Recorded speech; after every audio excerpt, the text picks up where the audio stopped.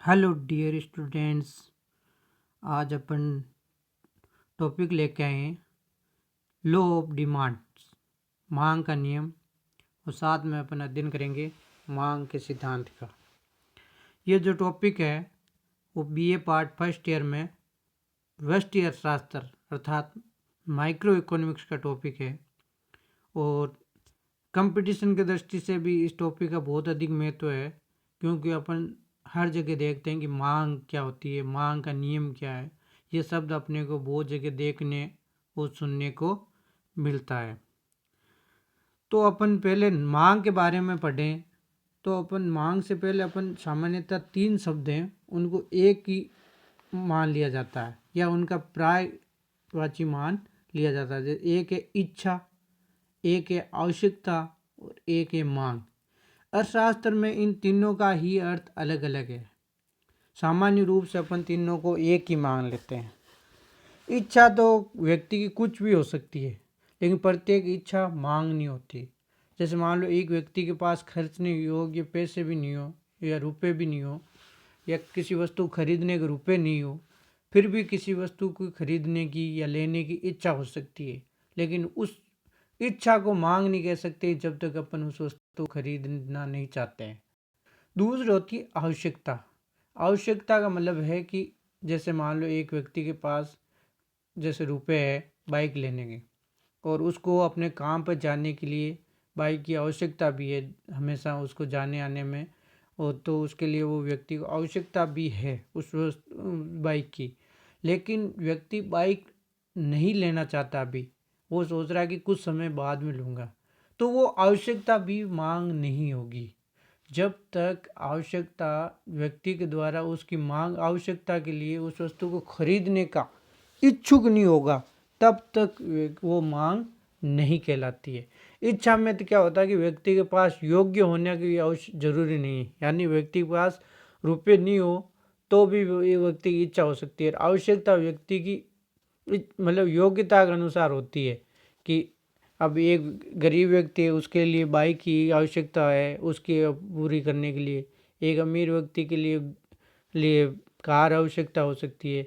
एक अंबानी अडानी के लिए हवाई जहाज आवश्यकता हो सकती है। तो इस प्रकार अपन अलग अलग व्यक्तियों की अलग अलग आवश्यकताएं हो सकती है, लेकिन वो तब तक मांग नहीं होती जब तक उसके लिए अपन इच्छुक नहीं होते खरीदने को। उस वस्तु को खरीदने के इच्छुक होने पर ही वो मांग कहलाती है। इसी के कारण किसी वस्तु को मांग तभी कहते हैं जब व्यक्ति उस वस्तु के एक तो खरीदने के योग्य हो, दूसरा उस वस्तु को खरीदने के लिए इच्छुक भी हो। यानी इसी के आधार पर अगर मांग को परिभाषित किया जाए, जब एग्जाम में 2 नंबर क्वेश्चन पूछा जाता है अगर, तो उस समय मांग का अर्थ होता है कि अन्य बातें समान रहने पर मांग किसी पदार्थ की वह मात्रा है जिसे उपभोक्ता समय की एक निश्चित अवधि में एक निश्चित कीमत पर खरीदने के लिए केवल इच्छुक या योग्य ही नहीं बल्कि तैयार भी है। अर्थात अगर अपन बात करें कि मांग का मतलब है कि अपन उस वस्तु एक निश्चित समय अवधि के अंदर बात की जाएगी। ऐसे मांग का मतलब है कि इस वस्तु की कितनी बाजार मांग है, तो उस समय जैसे मान लो उसको हो सकता है कि सुबह क्या मांग है, या अपन एक दिन में देख सकते हैं, एक महीने अपन किस पर माप रहे हैं, और एक निश्चित दी हुई कीमत पर। यानी जैसे मान लो उस वस्तु की 100 रुपये है तो क्या मांग है, 200 रुपये तो क्या मांग है। यानी मतलब एक निश्चित कीमत पर व्यक्ति खरीदने के योग्य और इच्छुक होने चाहिए, तब भी वो वस्तु क्या कहलाएगी, मांग कहलाएगी। इसलिए अपन मांग को एक बार फिर से परिभाषित करते हैं क्योंकि बहुत इंपॉर्टेंट परिभाषा है। तो मांग किसी पदार्थ की वह मात्रा है जिसे एक उपभोक्ता समय की एक निश्चित अवधि में एक निश्चित कीमत पर खरीदने के लिए केवल इच्छुक या योग्य नहीं बल्कि तैयार भी है। एक अपन पढ़ते हैं मांग का नियम, लॉ ऑफ डिमांड। मांग का नियम क्या है? मांग का नियम आप सब जानते हैं और वैसे समझते हैं, लेकिन बहुत इंपॉर्टेंट है। 2 नंबर में पूछ भी लिया जाता है तो बहुत बार अपन जवाब नहीं दे पाते हैं। मांग का नियम है कि अन्य बातें समान रहने पर किसी वस्तु की कीमत में कमी होने पर उस वस्तु की मांग मात्रा बढ़ जाती है, और जब किसी वस्तु की कीमत घट जाती है तो उस वस्तु की मांग मात्रा घट जाती है। यानी मांग का नियम ये बताता है सिंपल सी भाषा में कि कीमत बढ़ने पर मांग मात्रा घटती है और कीमत बढ़ने पर मांग मात्रा बढ़ती है। अर्थात कीमत घटने पर मांग कम होगी, बढ़ेगी, और मतलब उल्टा संबंध होगा। कीमत और मांग के बीच में आपसी ऋणात्मक संबंध को मांग का नियम बताता है। अब एक शब्द आया अन्य बातें समान रहने पर। अब अन्य बातें क्या है? अन्य बातों का मतलब होता है कि अपन यहाँ पे क्या कहा कि अन्य बातें समान रहने पर अगर कीमत बढ़ गई तो उस वस्तु की मांग घट गई, कीमत घट गई तो उस वस्तु की मांग बढ़ गई। ये तभी संभव है जब अन्य बातें समान रहे। अन्य बातों का मतलब है कि मांग को जो प्रभावित करने वाले कीमत के अलावा जो अन्य तत्व हैं वो उसमें कोई परिवर्तन नहीं हो, अदर थिंग रिमेनिंग सेम। जैसे अपन उदाहरण के रूप में समझें तो यहाँ पे मैंने एक एग्जाम्पल के रूप में भी समझा रखा है। जैसे बात करें अपन कि जैसे dx यानी मांग फलन है इक्वल टू फंक्शन ऑफ करते हैं। फंक्शन का मतलब अभी अपन एक मांग फलन के बारे में अलग से और वापस पढ़ेंगे। तो फंक्शन ऑफ जैसे पी वाई पी आर, अगर इनके ऊपर ये कर दिया ऊपर वाली लाइन तो इसका मतलब है ये चीज़ें स्थिर है। P Y Y R T E इतने ही अपन लेते हैं। तो यहाँ पे पी का मतलब है कीमत, यानी मांग और कीमत में आपसे ऋणात्मक संबंध है। कीमत बढ़ेगी तो मांग घटेगी और कीमत घटेगी तो मांग बढ़ेगी। जैसे सामान्यतः अपन देखते हैं कि कीमत कम होगी तो व्यक्ति चाहता है कि और वस्तुएं खरीद ले। अब अपन और आगे इसको और डिटेल से पढ़ेंगे। जब उपभोक्ता व्यवहार पढ़ते हैं उसी के आधार पर मांग फलन और मांग के नियम बने हुए हैं। वाई का मतलब है उपभोक्ता की आय। मान लो किसी वस्तु की कीमत बढ़ गई है और उपभोक्ता की आय भी बढ़ जाती है तो सामान्यतः उसकी उपभोक्ता मांग कम नहीं करेगा। इसलिए ये मान के चलते हैं कि उपभोक्ता की आय भी नहीं बढ़ेगी। पी आर का मतलब यहाँ पे है संबंधित वस्तुएं, उससे रिलेटेड गुड्स, यानी जो संबंधित वस्तुएं उनकी कीमतों में कोई परिवर्तन नहीं हो। जैसे मान लो कि जैसे सर्फ एक्सेल है, रिन है, टाइड है, ये सब सारे सर्फ के जैसे एक उदाहरण है। अब मान लो कि आप जैसे टाइड खरीदते हो, टाइड की कीमत बढ़ गई और अगर मान लो रिन की और इनकी कीमत नहीं, मान लो सर्फ एक्सेल की कीमत नहीं बढ़ी है और उनकी कीमत नहीं बढ़ेगी तो टाइड की बढ़ेगी, तो आप क्या करोगे कि सर्फ एक्सेल और वो खरीदने लग जाओ, तो इसकी मांग क्या हो जाएगी? कम हो जाएगी। लेकिन अगर मान लो इन वस्तुओं की भी मांग कीमतें बढ़ जाती है तो आप क्या करोगे? उस वस्तु को, सब पाउडर को खरीदते ही रहोगे, तो मांग में भी कोई कमी नहीं होगी। तो इस प्रकार अपन कह रहे हैं कि इन संबंधित वस्तुओं की कीमतों में भी कोई परिवर्तन नहीं होना चाहिए। टी का मतलब है कि उपभोक्ता की रुचियाँ, टेस्ट। अगर उपभोक्ता रुचि में परिवर्तन हो गया तो कीमत में नहीं परिवर्तन होते हुए भी मांग कम हो सकती है या बढ़ सकती है, या मांग बढ़ने पर भी उपभोक्ता की रुचि उस वस्तु की अधिक हो जाती है तो मांग, कीमत बढ़ने पर भी मांग बढ़ जाती है और कीमत घटने, और अगर रुचि कम हो गई और कीमत घट भी जाए वस्तु तो भी उपभोक्ता मांग कम कर देता है। इसी प्रकार ई का मतलब है भविष्य में कीमत की संभावना है, भविष्य में उपभोक्ता की संभावना है। भविष्य में क्या उपभोक्ता आय बढ़ने वाली है या कीमतें बढ़ने वाली क्या है? अगर किसी वस्तु के आगामी आने वाले समय में अगर कीमत बढ़ने की संभावना है तो उपभोक्ता अभी ज़्यादा वस्तुएं खरीदेगा चाहे कीमत ज़्यादा है तो भी, और अगर भविष्य में कीमत कम होने की संभावना है तो अभी कीमत कम है फिर भी उपभोक्ता कीमत मांग कम कर सकता है। इस प्रकार इन तत्वों को अपन क्या करते हैं कि स्थिर मान लेते हैं, यानी उसमें कोई परिवर्तन नहीं मानते। इसी को अपन कहते हैं कि अन्य बातें समान रहने पर, अदर थिंग रिमेनिंग सेम, तब ये मांग का नियम और ये लागू होता है। अब अपन बात करते हैं मांग के सिद्धांत को अपन तीन तरीके से अपन इसको एक्सप्लेन कर सकते हैं, इसकी व्याख्या कर सकते हैं। मतलब मांग को अपन तीन तरीके से व्याख्या, एक तो अपन करेंगे मांग फलन की सहायता से मांग को पढ़ेंगे, दूसरा अपन पढ़ेंगे मांग तालिका की सहायता से, और तीसरा अपन पढ़ेंगे मांग वक्र की सहायता से। जैसे मांग फलन अभी मैंने बताया था कि Q इक्वल टू या D equal to function of P। D equal to function of P का मतलब ये है कि मांग है वो कीमत पर निर्भर करती है। कीमत पर निर्भर करने का मतलब यह है कि कीमत बढ़ेगी तो मांग घटेगी, कीमत घटेगी तो मांग बढ़ेगी। यानी इसका कीमत के साथ सीधा संबंध है और वो ऋणात्मक संबंध है। ऋणात्मक का मतलब यह है कि कीमत बढ़ रही है तो मांग घट रही है, कीमत घट रही है तो मांग बढ़ रही है, यानी विपरीत संबंध है। यह बताता है मांग फलन। यानी मांग फलन जो ये एफ है जो संबंध बताता है डी और पी में। या डी का मतलब है डिमांड मांग और पी का मतलब है कीमत। यानी मांग के बीच संबंध को बताने वाले समीकरण को मांग फलन कहा जाता है। जैसे अभी मैंने बताया था D equal to function of P, और अपन कभी कभी इसको ऐसे Q equal to function of P, यानी क्यू यानी क्वांटिटी मांग मात्रा equal to function of P भी लिखते हैं। आगे अभी ये अपन नहीं पढ़ेंगे कि वालरा का मांग फलन क्या है, मार्शल का क्या है, क्योंकि अभी अपन शुरुआती अवस्था में है, इसको अपन बाद में अध्ययन करेंगे। अब अपन अध्ययन करते हैं दूसरा कि मांग अनुसूची की सहायता से मांग को अपन दूसरे वे में दूसरे अपन व्याख्या कर रहे हैं, वो है मांग तालिका या मांग अनुसूची की डिमांड शेड्यूल की सहायता से। मांग अनुसूची है वो किसी वस्तु की मांग मात्रा और कीमतों के विभिन्न संयोगों को दर्शाने वाली तालिका को मांग अनुसूची कहते हैं।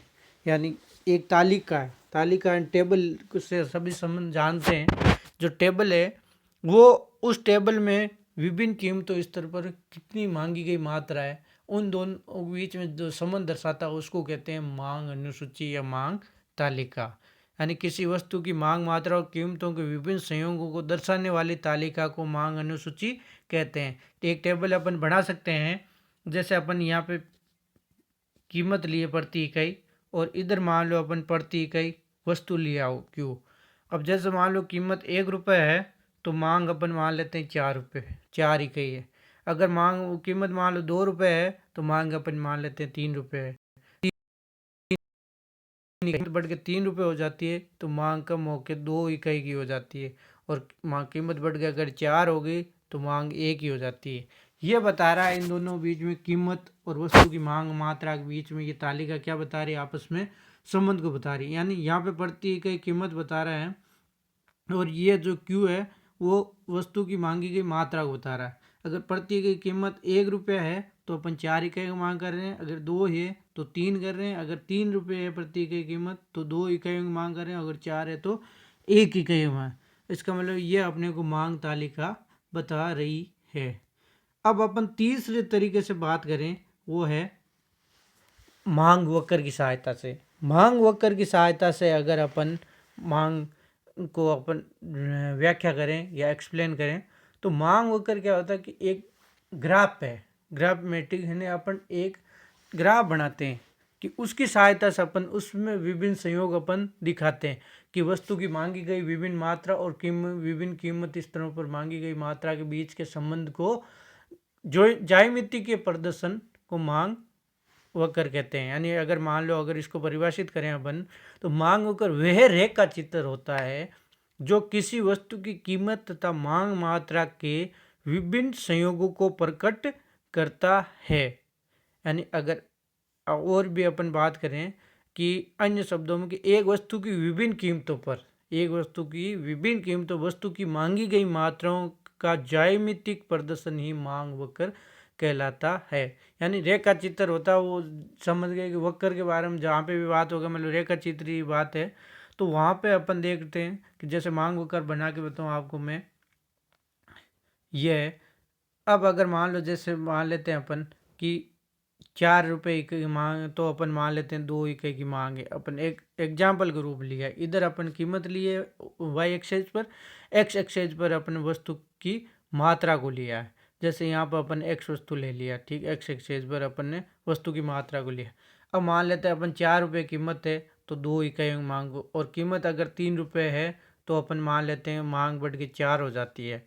तो इन दोनों बिंदुओं को जैसे ई बिंदु मान लो, एफ बिंदु मान लो, इन दोनों बिंदुओं को जोड़ देंगे तो अपने को मिल जाएगा मांग वक्र डी वक्र।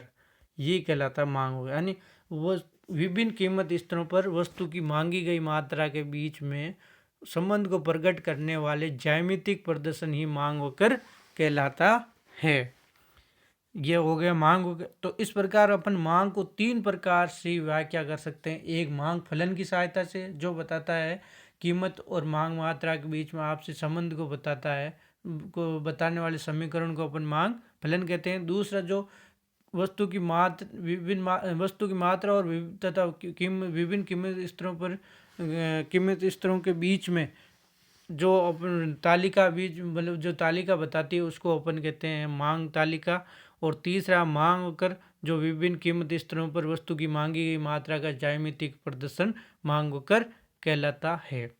अब मांग वक्र 2 प्रकार के होते हैं। जो अपन सामान्यतः अध्ययन करते हैं वो एक व्यक्ति के मांग वक्र का अध्ययन करते हैं, और अगर अपन सभी व्यक्तियों या बाजार मांग वक्र निकालना है तो अपन सभी व्यक्तियों के मांग वक्र को जोड़कर ही बाजार मांग वक्र अपन निकाल सकते हैं।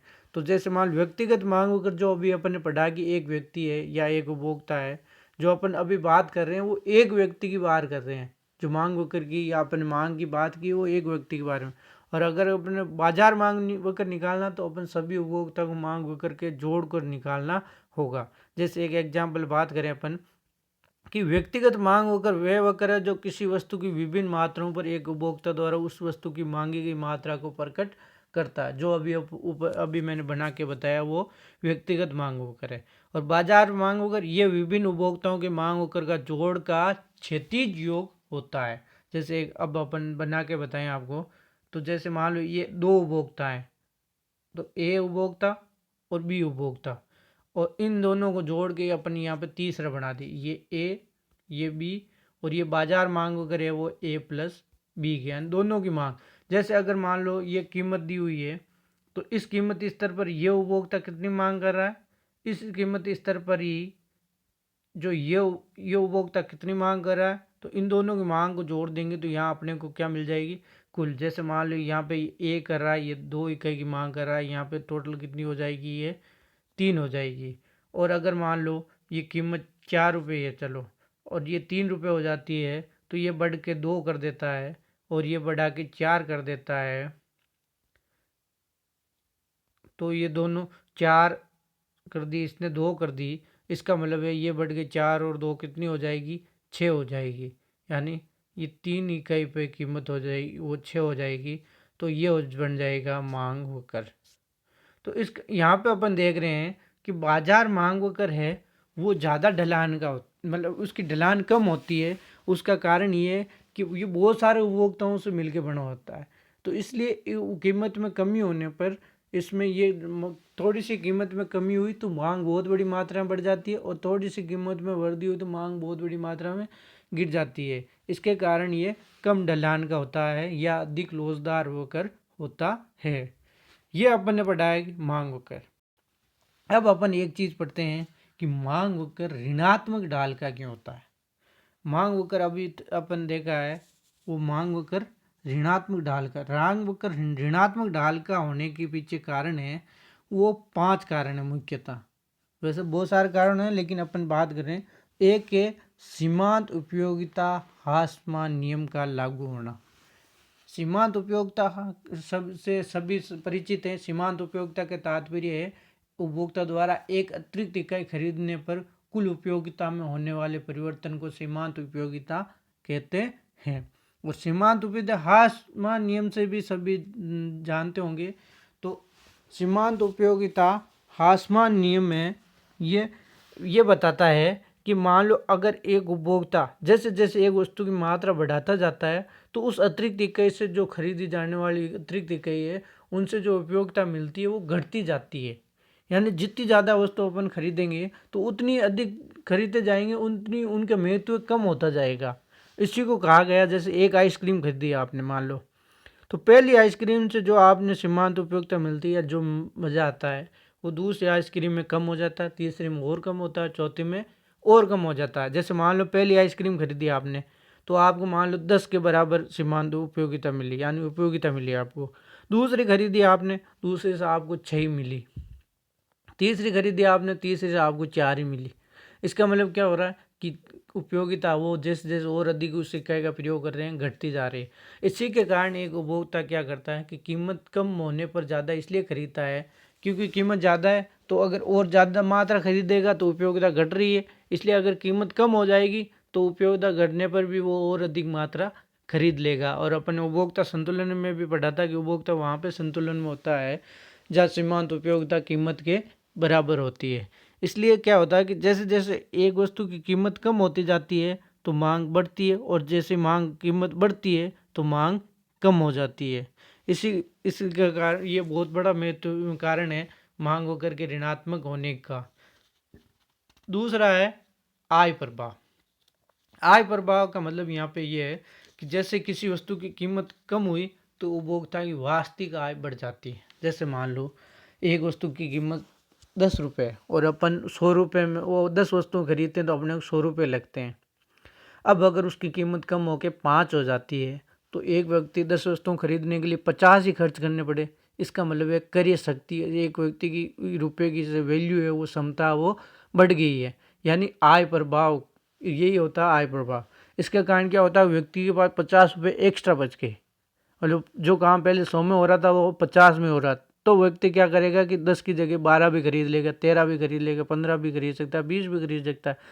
तो इसका मतलब क्या हुआ कि व्यक्ति की आय प्रभाव के कारण भी मांग कीमत कम होने पर बढ़ जाती है।